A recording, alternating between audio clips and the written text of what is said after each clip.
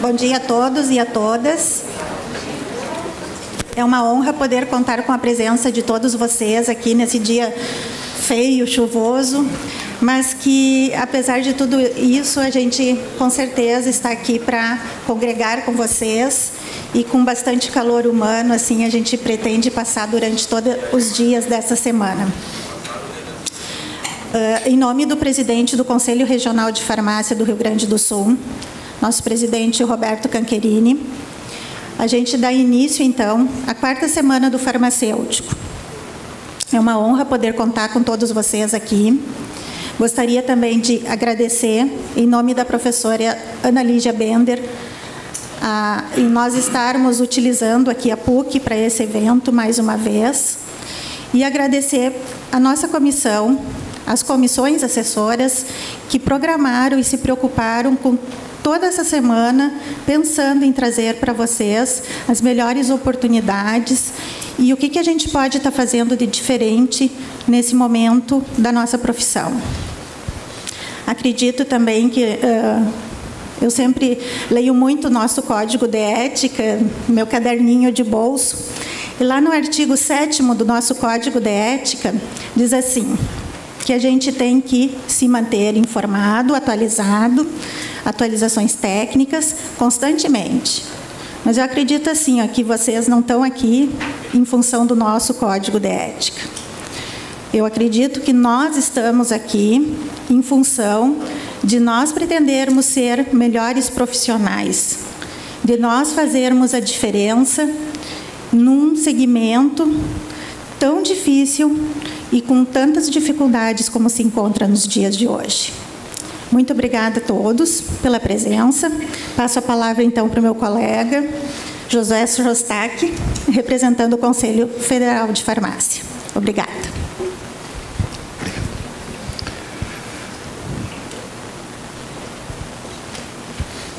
Bom dia a todos vocês. É uma satisfação estar aqui com todos, representando o Conselho Federal nesse ato pelo presidente Walter Jorge Silva João e também representando o nosso presidente Roberto Cancherini, do Conselho Regional de Farmácia. Vocês estão acompanhando tudo o que está acontecendo nesses últimos 4 anos da profissão farmacêutica. Houve uma revolução fantástica no sentido de que todas as entidades da profissão, Conselho Federal, Conselho Regional, FENAFAR, sindicatos, associações, conselhos regionais, estão unidos para buscar a melhoria da profissão farmacêutica. Então, esse modelo que nós temos hoje no país fez que nós tivéssemos a aprovação da 13021, que durante 30 anos hibernou no Congresso, foi aprovada, exigência do profissional, e tudo isso busca a formação de um profissional que dê uma resposta para a sociedade. É isso que nós queremos. Todos nós estamos imbuídos dessa intenção. Então, seguindo o protocolo, eu vou ler um texto para vocês, do que é o modelo que nós estamos preconizando para essa nossa mesa redonda, que vai ser desenvolvida logo em seguida. O Conselho Regional de Farmácia do Rio Grande do Sul dá boas-vindas aos presentes na 4ª semana do farmacêutico e apresenta a mesa redonda Perspectiva da Formação Farmacêutica, Desafios e Oportunidades, com as palestrantes José Vieira, Viviane Nicolau, Júlio César Mendes e Silva e Zilamar Fernandes. Também cumprimentamos quem nos acompanha pela internet, pois diversas atividades de nossa programação estarão sendo transmitidas online, permitindo que o farmacêutico de todas as regiões tenham acesso a essas excelentes oportunidades de capacitação profissional. Agradecemos ainda a Comissão Assessora de Ensino do Conselho Regional de Farmácia do Rio Grande do Sul, que colaborou com a organização dessa atividade, que será apresentada a seguir. De atuação destacada nos assuntos que envolvem questões de formação, ensino e aprendizagem em farmácia, a comissão também realiza um decisivo trabalho na preparação do Fórum dos Coordenadores, ação que ocorre desde 2012 e reúne os responsáveis pelas coordenações das faculdades de farmácia do Estado, além de representantes dos alunos e entidades que juntos debatem e projetam a educação farmacêutica no país.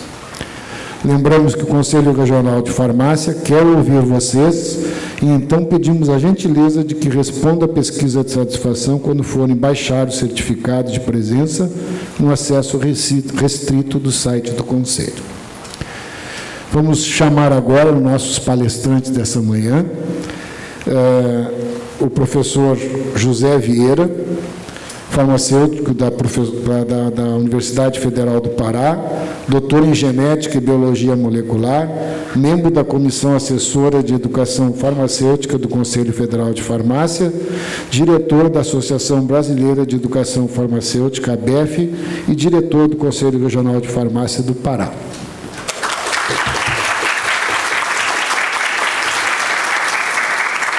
A professora Viviana Nicolau, farmacêutica bioquímica, especialista em imunologia, mestre em patologia molecular com ênfase em imunologia pela Universidade de Brasília, conselheira federal suplente pelo Distrito Federal, membro da Comissão Assessora de Educação Farmacêutica do Conselho Federal de Farmácia, coordenadora do curso de farmácia do Centro Universitário Unieuro do Distrito Federal, professora de imunologia para os cursos de farmácia, enfermagem e nutrição, com experiência na área de farmácia, com ênfase em educação farmacêutica, legislação farmacêutica, imunologia, atuando principalmente nos seguintes temas: educação farmacêutica, legislação farmacêutica, imunologia e leishmaniose. Professor Júlio César Mendes e Silva, farmacêutico graduado na Universidade Federal do Rio Grande do Norte, especialista em farmácia hospitalar, docente da Universidade Federal do Rio Grande do Norte, coordenador da Farmácia Escola, conselheiro do Conselho Regional de Farmácia do Rio Grande do Norte, presidente da Comissão de Ensino do Conselho Regional de Farmácia do Rio Grande do Norte, membro da Comissão Assessora de Educação Farmacêutica, CAEF, do Conselho Federal. E a nossa professora farmacêutica Zilamar Fernandes, farmacêutica formada na Universidade Federal do Rio Grande do Sul, atualmente assessora da presidência do Conselho Federal de Farmácia, representante do Conselho Federal de Farmácia junto ao Conselho Nacional de Educação e INEP, do MEC, para assuntos educacionais.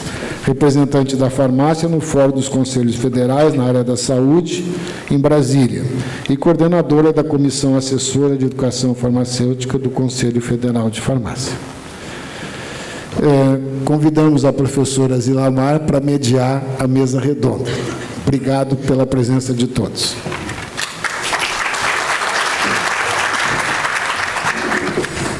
Bom dia a todos. Em primeiro lugar, eu gostaria de agradecer à comissão organizadora pelo convite formulado ao Conselho Federal de Farmácia para que a Comissão Assessora de Educação Farmacêutica, da qual todos nós fizemos parte, estivesse participando desse importante evento para a comunidade acadêmica e profissional do Rio Grande do Sul. A CAEF é uma comissão de educação que estabelece o vínculo entre o Ministério da Educação e o Conselho Federal de Farmácia, participando das políticas educacionais e das políticas profissionais. Então, o nosso papel é de acompanhar o que está sendo realizado no MEC e que tenha reflexo no exercício profissional. Para tanto, nós acompanhamos o desempenho dos cursos de farmácia no país e participamos dos processos de avaliação desses cursos e estamos subsidiando o INEP sobre as necessidades de reformulação nos documentos de avaliação in loco.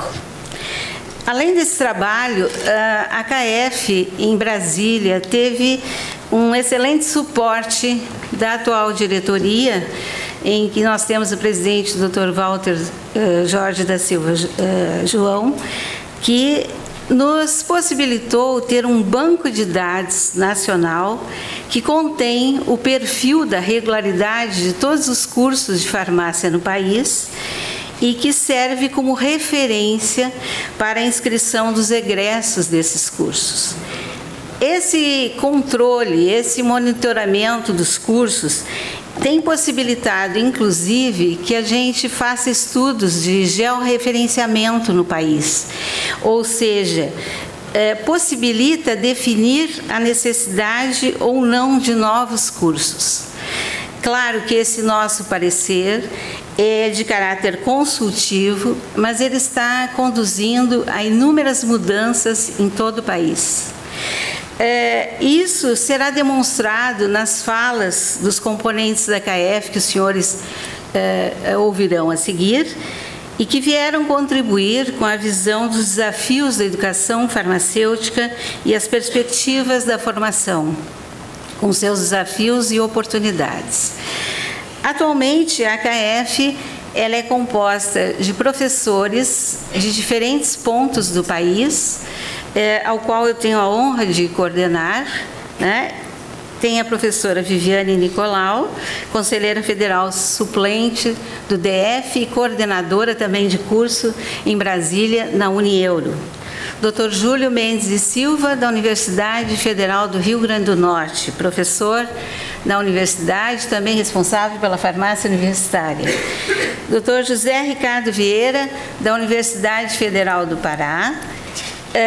Temos também como um dos mais recentes componentes, o Dr. William Pérez, diretor-tesoureiro deste conselho e que tem também participado de uma maneira brilhante, contribuído conosco. Dr. Radif Domingos, que é da Universidade Federal de Goiás. Dr. José Ricardo Amádio, da UNIC, Mato Grosso. Doutora Ilza Marta de Souza, também da UNIC, de Mato Grosso. Doutora Eula de Melo Barcelos Costa, da Universidade Federal de Goiânia. E doutor Leoberto Costa, da USP. Então, com esta composição, com diferentes professores, é que nós acompanhamos tudo que vem acontecendo na área da farmácia em termos de formação, e hoje queremos trazer aos senhores esses olhares através das falas dos nossos componentes, com o desafio da educação brasileira, o papel do Ministério, o papel do Conselho Federal, quem é o farmacêutico atual que nós temos, o que vem a ser esse farmacêutico com formação generalista, o que está sendo feito em termos de reavaliação das diretrizes curriculares nacionais, dar uma visão do como se encontra o número de profissionais e cursos no país, bem como perspectivas da formação, o olhar da farmácia universitária e as ações do Conselho frente à conjuntura atual da educação. Então, eu quero dizer aos senhores da nossa satisfação de estar aqui e imediatamente passar a palavra ao Dr. José Ricardo Vieira para começar a apresentação.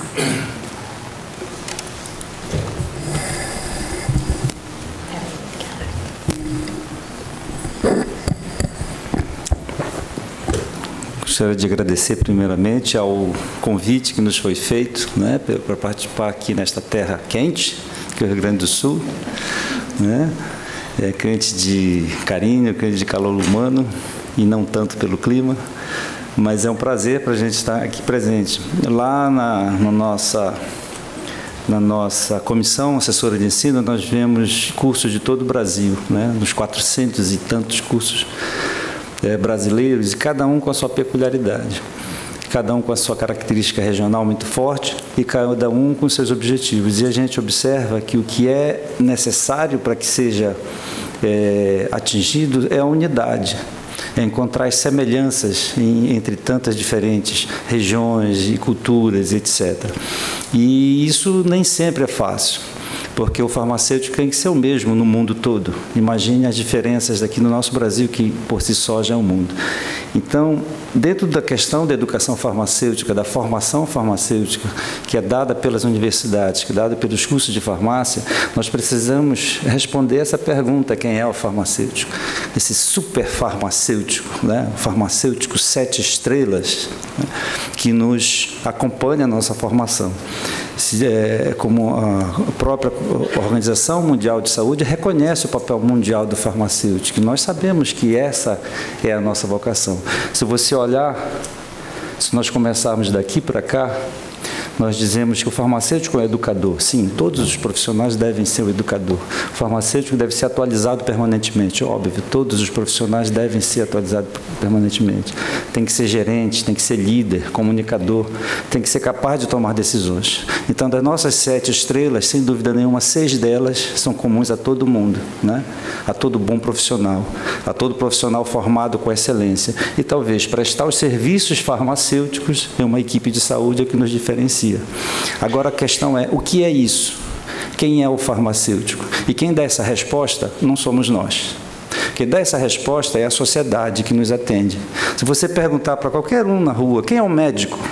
Talvez ele diga assim, é um profissional de branco que atende a gente, nunca está lá no consultório, cobra caro pra caramba, né? Quem é o advogado? O advogado é aquele que anda de paletó, uma pastinha, cobra caro, ladrão, é assim? Quem é? Não é verdade? A gente percebe que se você perguntar para o médico, ele vai dizer, não, nós somos profissionais que salvamos vida, que trazemos a saúde, profissionais que temos, né, o poder de tirar a doença, sei lá. O advogado vai dizer, nós defendemos as pessoas, qualquer um tem direito de defesa. A tendência da população realmente é ver aquilo que as incomoda, na verdade. E nós somos assim, o próprio professor é assim. A gente faz questões dos nossos erros, a gente aprende com os erros. Pouco nós aprendemos com as nossas vitórias, a gente aprende mais com as nossas derrotas. E isso é o que fica na população. Se a gente perguntar quem é um político, é melhor não perguntar. Mas, com certeza, os políticos terão uma visão bonita e utópica até da sua própria profissão. E quem é o farmacêutico? Essa pergunta incomoda da gente, porque quem dá essa resposta não somos nós, é a população. E é muito feliz hoje nós estarmos num momento político onde talvez a população já tenha uma visão que se aproxima muito da nossa. E nem sempre foi assim. Nós fazemos parte de uma história tão recente que todos nós somos testemunhas de um momento onde o farmacêutico era confundido com um balconista, era confundido com alguma pessoa que, sem dúvida nenhuma, não éramos nós. E isso, essa mudança, essa tomada de postura profissional, ela não veio necessariamente da população. A população, por um passe de mágica, passou a acreditar que o farmacêutico era aquilo que a gente verdadeiramente queria ser, mas sim pela presença do farmacêutico nos seus âmbitos de trabalho, mostrando a sua profissão, dizendo quem ele era, enfim. Então, essa é uma questão muito forte, essa questão que a população vê o profissional, porque dela é o futuro, é dela que interessa querer ser desse meio. Neste exato momento, tem um menino aí estudando química e biologia para fazer o Enem e vai fazer farmácia. Ele não está sabendo disso aí. Ele não sabe da nossa história. Ele não sabe que a gente saiu da farmácia, a gente não sabe de quem era o boticário. Ele vai aprender nesses 5 anos a ser farmacêutico. Vai amar ou odiar, né? Tem essa questão. E ele vai ser, daqui a 5 anos, aquele que vai ser a nossa visão. Então, a gente pisca e abre os olhos, se passaram 10 anos. Nós temos, na nossa profissão, essa consciência, que as gerações vão se superpondo e vão mudando. Nossa mudança foi lenta e nós somos uma farmácia milenar, né? Nós somos uma profissão antiguíssima. E onde foi o momento que nós perdemos essa identidade? Então, nós temos historicamente esse momento. Nós estamos no momento do resgate. E não existe lei que mude isso, não. Não existe lei. Você decreta que a partir de hoje o farmacêutico é isso e acabou-se. A partir de hoje a farmácia é o estabelecimento de saúde. A partir de hoje, isso não existe.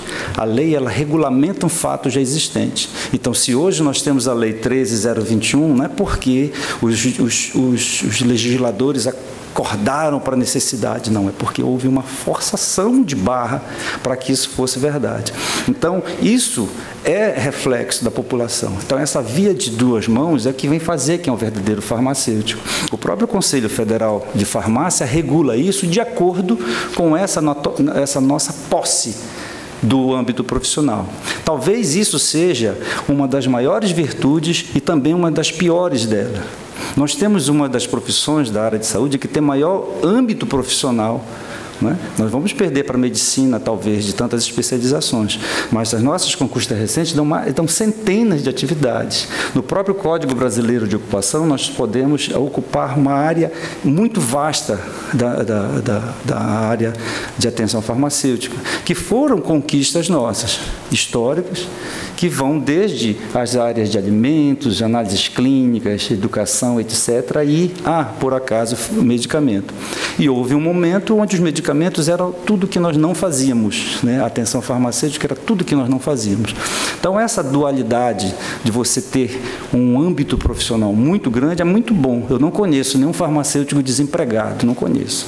Só se for por intenção dele, e não por muito tempo.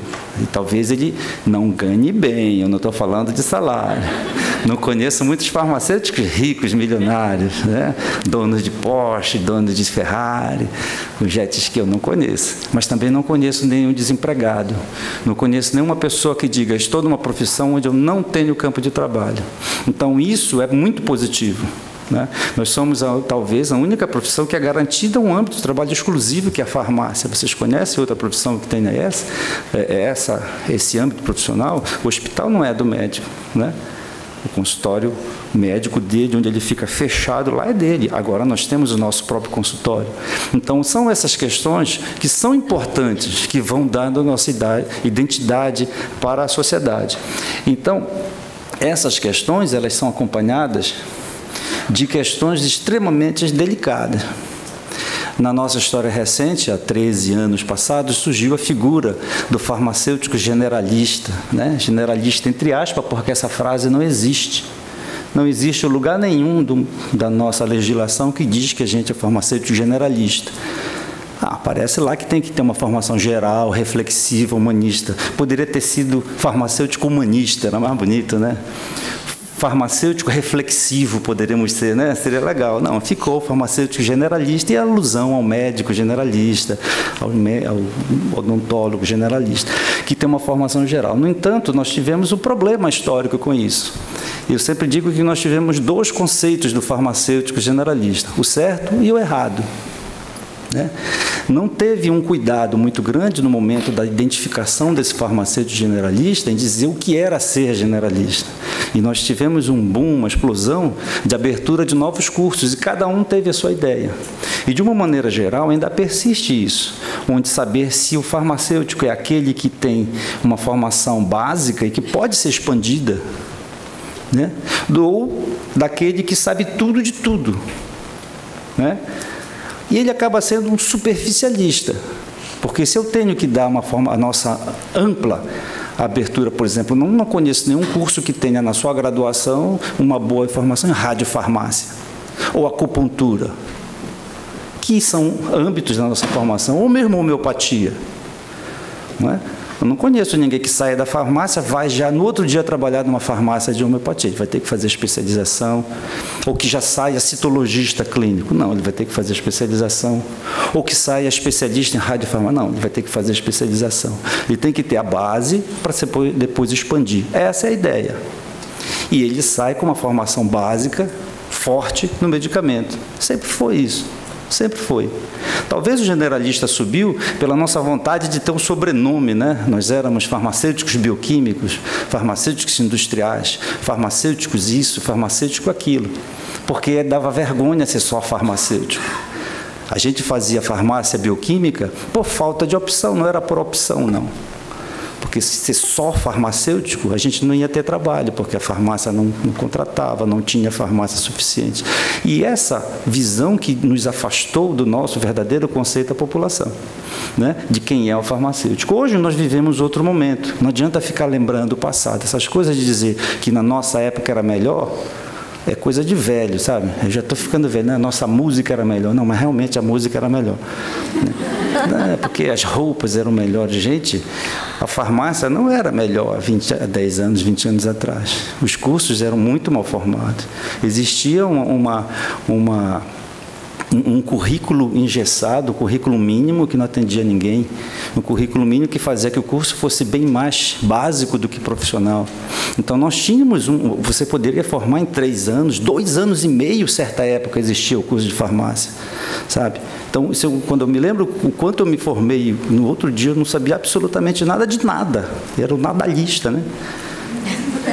Não era nem generalista, nem não sabia nada de nada. Então, tudo que era conquistado após a profissão.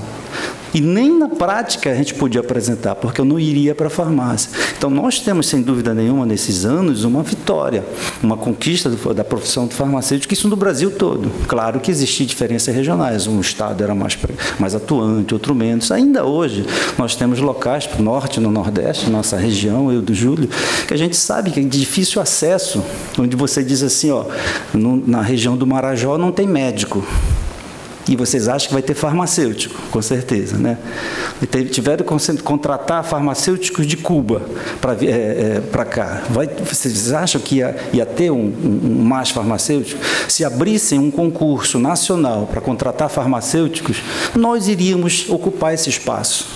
Não ia vir farmacêutico de canto nenhum. Eu iria lá para o Marajó, se me pagassem, né? Se me fixassem, se me desse condições de atuar. E da mesma forma como falta o médico, falta o dentista, falta com certeza o farmacêutico. Então essa é uma impressão que nós temos que ver, que é fruto dessa nossa incapacidade de perceber o que é bom e o que é ruim ainda dentro desse ponto de vista.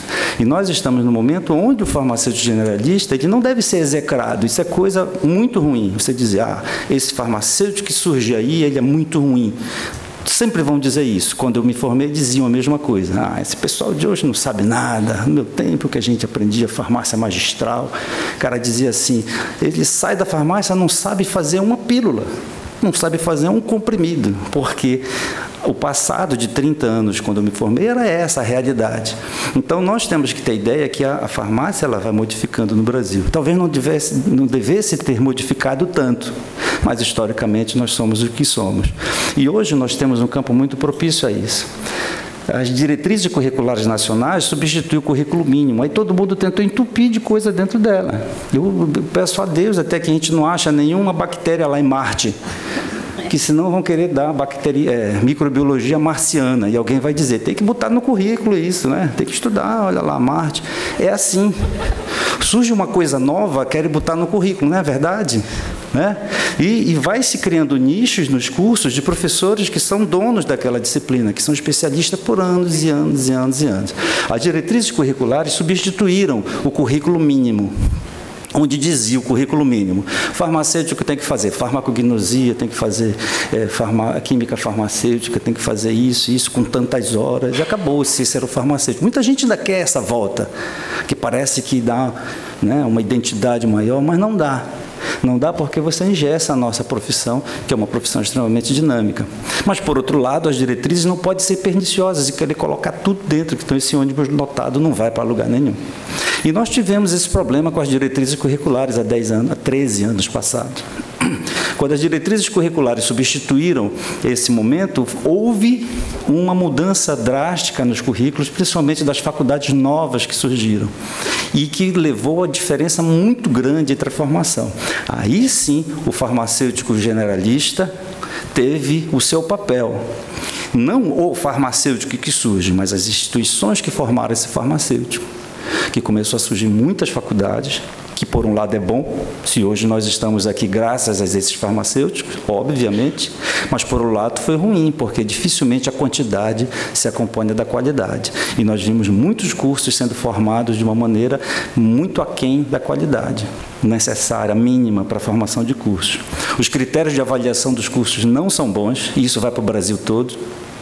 Vocês sabem qual é a classificação do curso de vocês no MEC? Mas na Folha de São Paulo todo mundo sabe. No Guia do Estudante todo mundo sabe. Você já viram alguma faculdade colocar assim no outdoor? Aprovada no MEC com conceito 3. Não bota. Mas conceito 5 aparece toda hora. E nós sabemos quantas faculdades têm conceito 5. 3 ou 4. 3 ou 4. A URGS é uma delas, a PUC também. Que são alto padrão pelo MEC. Mas ninguém sabe disso. Não adianta. O verdadeiro conceito é dado, talvez, pelaquela visita que o orientador, como é que se diz, o avaliador do MEC vai à faculdade e dá uma nota 5. Mas ela é ruim, a infraestrutura é ruim, tudo mais, a nota dela acaba ficando em 3. Esse é o modelo de avaliação atual. E nós não temos uma coerência com esse modelo que verdadeiramente se necessita. Quando foi colocado um tempo passado que haveria necessidade de haver farmácia universitária, a farmácia escola, nossa, todo mundo ficou alvoroço, porque tinha faculdade que não tinha isso. O pessoal do MEC disse assim, mas ainda não tem? Poxa, né? Você teve 13 anos para botar uma farmácia universitária. Aí o que é que as instituições disseram? Mas não está aqui escrito que tinha que ter. Mas isso são diretrizes, não o currículo mínimo. Então, nós não aprendemos muito, isso é verdade. As diretrizes curriculares, elas estão sendo revistas nesse exato momento.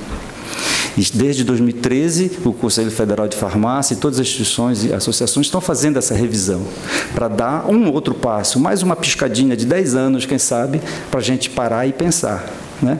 O que é que foi de grande. Nós tivemos muitos avanços, mas a gente ainda precisa caminhar muito. Hoje, se nós formos olhar as diretrizes curriculares, nós ainda estamos essa deusa Shiva aí, né, indiana, querendo pegar tudo com a mão. Que, inclusive, vou até mudar essa minha apresentação, que eu conheci aqui o templo budista, lá na cidade de Três Coroas, né, muito bonita. E eu vi lá que as mãos da deusa, né, que tem várias mãos, é para trazer o amor, a fraternidade, o coração, né, é diferente da gente, que a gente quer pegar análises clínicas, bioquímica, né, que dá aula aqui. O profissional farmacêutico, ele quer trabalhar na farmácia de manhã, no laboratório à tarde, dá aula à noite, plantão de madrugada, né? Então, nós temos essa posição, né? Eu sou perito de manhã e de noite eu dou aula de farmacognosia, não é assim? Nós temos, e a gente pode, e nós podemos, e a gente tem essa capacidade, porque nosso currículo é muito alto. Então, essa nossa grande diversidade fez que, em média, de uma maneira geral, olhando vários cursos, nós temos uma grande ampla abordagem na farmácia e medicamentos. Certas competências e habilidades das nossas diretrizes desses últimos 13 anos fez com que a nossa competência e habilidade na área de medicamentos aumentasse significativamente, ficando 29% ainda em análises clínicas, que é outra área que está desaparecendo. Mas por culpa nossa, por culpa da diretriz? Não, por culpa do mercado. O farmacêutico vai para outra área porque está pagando mais. Ele bota na balança e diz assim, por que eu vou ganhar, sei lá, R$3.000 para ficar o dia todo, se eu posso ganhar R$3.000 ficando 4 horas numa farmácia, 5 horas? Ninguém ganha 3 mil, ganha. No sul do Pará, na cidade de Marabá, aquela região ali, o pessoal ganha bem de farmacêutico. Sabe por que ninguém quer ir para lá? Porque é uma terra quente, ninguém conhece. Os paraenses não querem ir para lá. Se você chegar na região do sul do Pará e perguntar quem é do Pará, você vai ver muito pouca gente. Lá tem muito de Goiânia, Tocantins, Minas Gerais, Paraná. Eles vão dizer, o que esse povo está fazendo lá no sul do Pará? Aquele calor desgraçado. Ganhando dinheiro.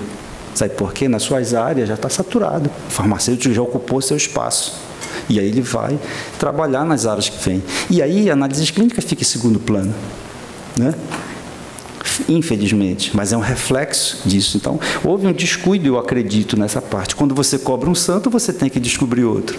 E nós tivemos uma queda muito grande da abordagem de análise clínica. Por outro lado, a maioria dos profissionais proprietários de laboratório de análise clínicas ainda são farmacêuticos. Então, por que o farmacêutico não está lá? Porque o próprio farmacêutico não contrata farmacêutico. Ele contrata quem cobra menos, e quem cobra menos são outros profissionais. Então, nós temos uma valorização muito grande. Nós já passamos do tempo onde nós vamos trabalhar em qualquer coisa porque nós estamos desesperados por emprego. Nós não estamos mais tão desesperados assim. E essa foi uma realidade que fez diminuir significativamente. A análise de clínicas ainda é uma abordagem grande no Brasil todo. Alimentos quase que desapareceu. A abordagem do assunto, do conteúdo de alimentos nos projetos pedagógicos dos cursos é quase inexistente, né? Questão do mercado também. O mundo do trabalho, ele regula, ele não obriga, ele não te determina nada, mas as faculdades novas disseram, para que eu vou formar o profissional para uma área que não é absorvida? Se ele quiser trabalhar, ele que vai fazer a especialização dele.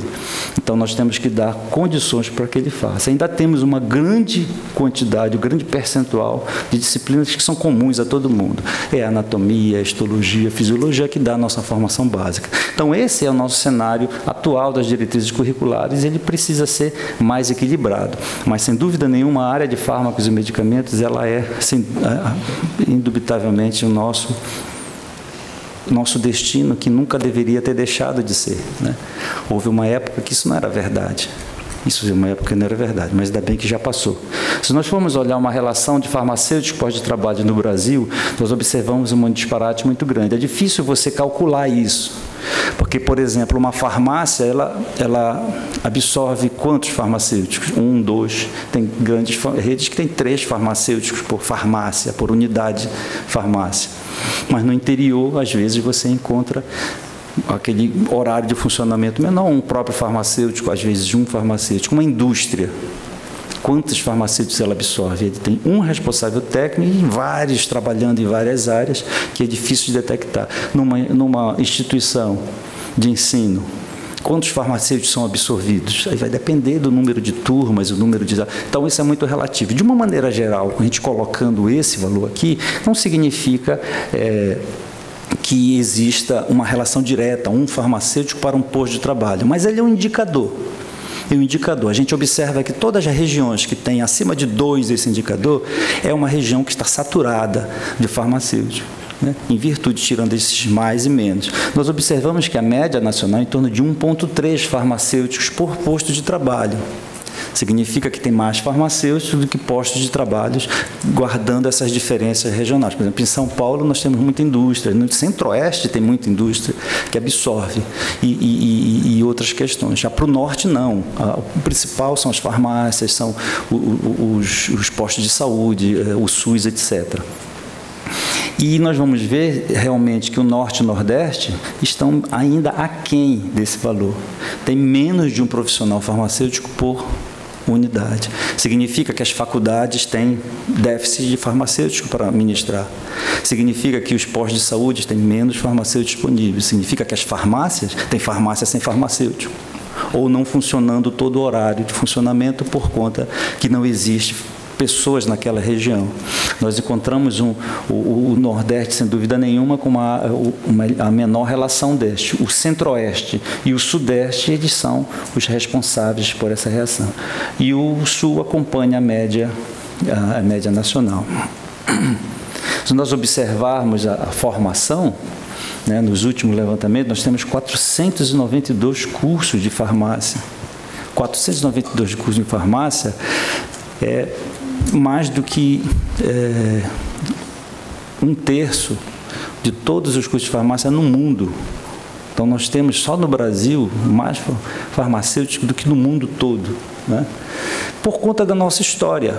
Enquanto nos outros países o farmacêutico continuou sendo da área de medicamentos, nós tivemos outras áreas de atuação. E aqui nós temos esses 492 cursos com, classicamente, 85% de instituições privadas. Nós observamos que a região Sudeste ainda é aquela que tem maior número de cursos, e caindo para a região Norte por questões não de espaço, que a região Norte é a maior que tem, mas tudo floresta. Você vai lá, eu quero botar um curso aqui, não tem, é só mato lá dentro, né? No Nordeste tem a região do árido, que também não fixa ninguém. E os estados campeões, São Paulo, né? Caindo para Roraima, que só tem um, e Acre, um curso. Vocês vão ver onde é que está o Rio Grande do Sul. Isso está por aqui, assim, mais ou menos, né? Então, você vê que vai havendo uma queda do número de cursos, o que reflete-se também na atenção farmacêutica de cada local. Se você tem uma área muito populosa, com poucos profissionais sendo formados, obviamente, aquela relação de pós-trabalhos cai. E a gente observa nessa evolução da abertura de cursos, talvez a razão disso tudo. Olha, aqui vem em vermelho o número de cursos particulares que vem se formando desde 73. Se você for ver isso aqui, até o início do curso era mais ou menos uma constante. abria um curso, fechava outro, abria um 2, fechava um, e vinha um constante. Mas teve alguma coisa que aconteceu aqui, que isso começou a crescer exponencialmente. De uma maneira geral, bem mais faculdades particulares. E as públicas permaneceram na sua crescente, na sua tendência normal. O que aconteceu aqui nesse período foi a nova LDB. Em 1996 surgiu essa história do generalista, do farmacêutico generalista, do médico generalista, do administrador generalista, do comunicador e de todos os cursos. A nova Lei de Diretrizes e Bases, em 96, traz essa novidade da flexibilidade curricular, essa novidade de aumentar a oferta, da autonomia universitária. A universidade não precisa mais pedir para ninguém para abrir curso. Pode abrir curso, desde que a sua congregação assim a queira, sem pedir autorização do MEC. Depois foi expandido para centros universitários, institutos federais. O centro universitário hoje não precisa pedir autorização para a abertura do curso. Depois ele vai ser avaliado no reconhecimento. Eu não conheço nenhum curso que tenha sido aberto e não tenha sido reconhecido. Pode até ter sido uma longa luta para ele se adequar, mas no fim ele fez. Conheço no Brasil poucos cursos que o Ministério foi lá e fechou. Um em Santa Catarina, se eu não me engano, e o ACES Gran Rio, que foi já toda a instituição. O curso de farmácia acabou indo no bolo. Mas curso de farmácia que o MEC disse, se eu vou fechar esse curso, em Santa Catarina foi um curso que nem reconhecido foi, nem autorizado foi. Ele foi aberto irregularmente. Então, as condições de manutenção atendem à política nacional, não é política de governo, do governo, é política de Estado, de aumentar o número de cursos superiores. Então, esse crescimento exponencial, você vai ver em todos os cursos. Nesse exato momento, tem um professor de engenharia mostrando isso, que os cursos dispararam a partir. Todos os cursos abriram. O número de pessoas com curso superior a partir de 96 duplicou no Brasil, cresceu exponencialmente. As vagas de emprego, não. Nós tivemos um sucesso com isso, porque nossos postos de trabalho estavam sem ninguém. Então, esse grande número de pessoas que surgiram foram absorvidos no mercado onde não tinha. E vocês notam que ainda falta gente. Então, dizer que tem muito curso, que tem muito farmacêutico, é um discurso que não funciona. Porque se você for numa farmácia, você ainda encontra a ausência do farmacêutico. Se você for no interior, você ainda encontra. Então, a gente precisa de mais gente. Entendeu? Com esse argumento de dizer que não tem gente, surgiu os mais médicos. Ah, não tem? Então, vamos trazer gente de fora. Então, nós temos uma grande... Nós não estamos discutindo na qualidade, que existe uma formação de qualidade, mas nós temos, sem dúvida nenhuma, uma quantidade, um exército de farmacêuticos que fazem com que nós mudamos a nossa visão perante a sociedade. Se você observar os cursos de graduação, nós temos uma excelente formação, certo? Esse trabalho foi feito com 370 cursos que foram avaliados no censo do MEC, que mostrou que ainda nós temos profissionais que têm somente graduação, 3% professores, mas a maioria tem mestrado e doutorado. Então, nós não podemos dizer que existe falta de qualificação. Não existe. Você vai em qualquer estado do Brasil, tem gente lá com mestrado e doutorado. Então, não existe essa falta de qualificação profissional. Se você olha a média nacional de professores, em torno de 45 professores por curso, 41 por curso, nós observamos que nós temos uma quantidade extremamente significativa de professores. Aí nós temos o Rio Grande do Norte, por exemplo, com bem mais professores por curso, porque tem pouco curso e tem uma quantidade enorme de professores farmacêuticos, sim. Bem entendido, professores da área. E aqui nós temos também uma questão interessante, é que nós temos os estados que mais formam, como, por exemplo, São Paulo, que não estão nessa média. Sabe por quê? Ele forma, mas exporta. As pessoas vão para São Paulo para se formar em mestrado e doutorado, mas não ficam lá. Eles vão para outras regiões. E o grande número de cursos que tem, um professor dá aula em 3, 4, 5 cursos. Então, você tem um número que, na média, acaba diminuindo. Essa é a realidade. Então, o desafio da educação é essa. Para que tantos cursos? Né? Para que tantos cursos? E a gente tem que ter ciência que, graças a esse grande número de cursos e pessoas, foi que nós tivemos uma mudança no perfil. Agora, a gente tem que ter um controle melhor dessa abertura.